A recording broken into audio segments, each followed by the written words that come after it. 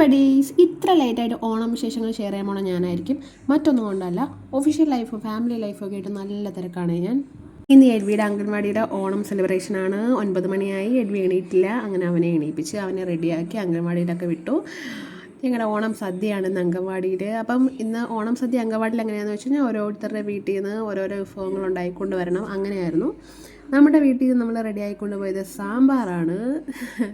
അത്ഭുതം വെച്ചാൽ കുട്ടികൾക്കൊന്നും എരി അധികം വേണ്ടാത്തതുകൊണ്ട് നമ്മുടെ സാമ്പാർ കുട്ടികൾ ആരും കഴിച്ചിട്ടില്ല. ഇതിൽ 1-2 വലിയ കുട്ടികളുണ്ടായിരുന്നു, അവർ മാത്രമേ കഴിച്ചോളൂ. അവർ പൂർവ്വ വിദ്യാർത്ഥികളായിരുന്നു.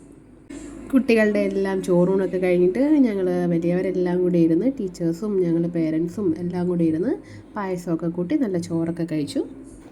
ഉത്രാടം നാൾ ഓണം കോട്ടയത്ത് വെച്ചിട്ടായിരുന്നേ.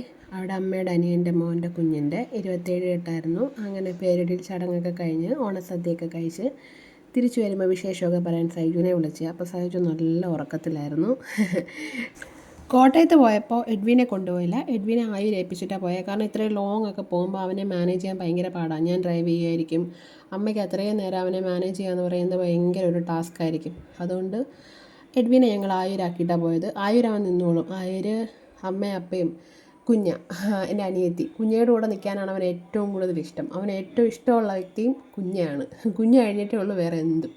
അപ്പോൾ കുഞ്ഞെ ഏൽപ്പിച്ചിട്ട് പോയി കഴിഞ്ഞാൽ എനിക്ക് ഭയങ്കര മനസ്സമാധാനമായിരിക്കും. എനിക്ക് ധൈര്യത്തോടെ അവനെ ഏൽപ്പിച്ചിട്ട് പോകാൻ പറ്റുന്ന ഒരാൾ കുഞ്ഞാണ്. അങ്ങനെ അവൻ്റെ ജനിച്ചിട്ടുള്ള 3ാമത്തെ ഓണമാണ്. 3ാമത്തെ തിരുവോണം ഞങ്ങൾ കോട്ടയത്ത് നേരെ ആയൂർ വന്ന് ആയൂർ തിരുവോണമൊക്കെ കൂടി. അവൻ്റെ ഓണസദ്യയാണ്. തിരുവോണ നാളിൽ ആയൂരത്തെ ഓണസദ്യയാണ് ഈ കാണുന്നത്. അവനാകെ വേണ്ടത് പപ്പടം മാത്രമാണ്. പിന്നെ ഓണത്തിന് ഒട്ടും മാച്ച് ആവാത്ത മുട്ട പൊരിച്ചതും കൂടെ അവൻ്റെ ഇലയിൽ കാണും. മുട്ട പൊരിച്ചതും പപ്പടവുമാണ് അവനാകെ ഓണത്തിന് തിരുവോണ നാളിൽ കഴിച്ചിട്ടുള്ളത്. അങ്ങനെ നമുക്ക് വാരി കൊടുക്കാനൊന്നും പറ്റില്ല കേട്ടോ. അവന് എല്ലാവരും കൂടി ഇരുന്ന് കഴിക്കുമ്പം അവൻ ഒറ്റയ്ക്ക് കഴിക്കണം. അവനെ ആരും വാരി കൊടുക്കുന്നതും അവനെ ഇങ്ങനെ പാമ്പർ ചെയ്യുന്നതും അവന് ഒട്ടും ഇഷ്ടമല്ല. അതുകൊണ്ട് നമ്മൾ അവനെ മൈൻഡ് ചെയ്യരുത്.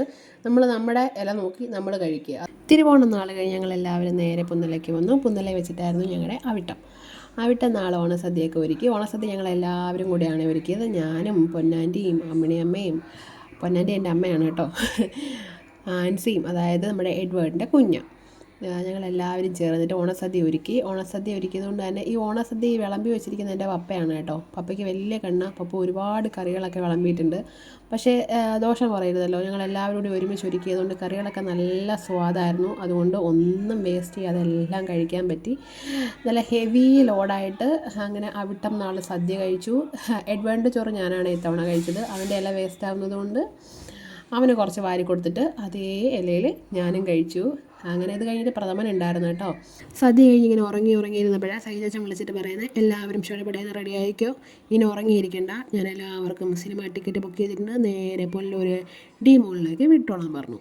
അങ്ങനെ ഞങ്ങളെല്ലാവരും പെട്ടെന്ന് തന്നെ റെഡിയായി സിനിമ കാണാൻ പോയി. നമ്മുടെ സ്വന്തം ലാലേട്ടൻ്റെ ഫാമിലി മൂവിയായ ഹൃദയപൂർവ്വം സിനിമയും കണ്ട് ഞങ്ങളുടെ ഓണം തീർന്നു.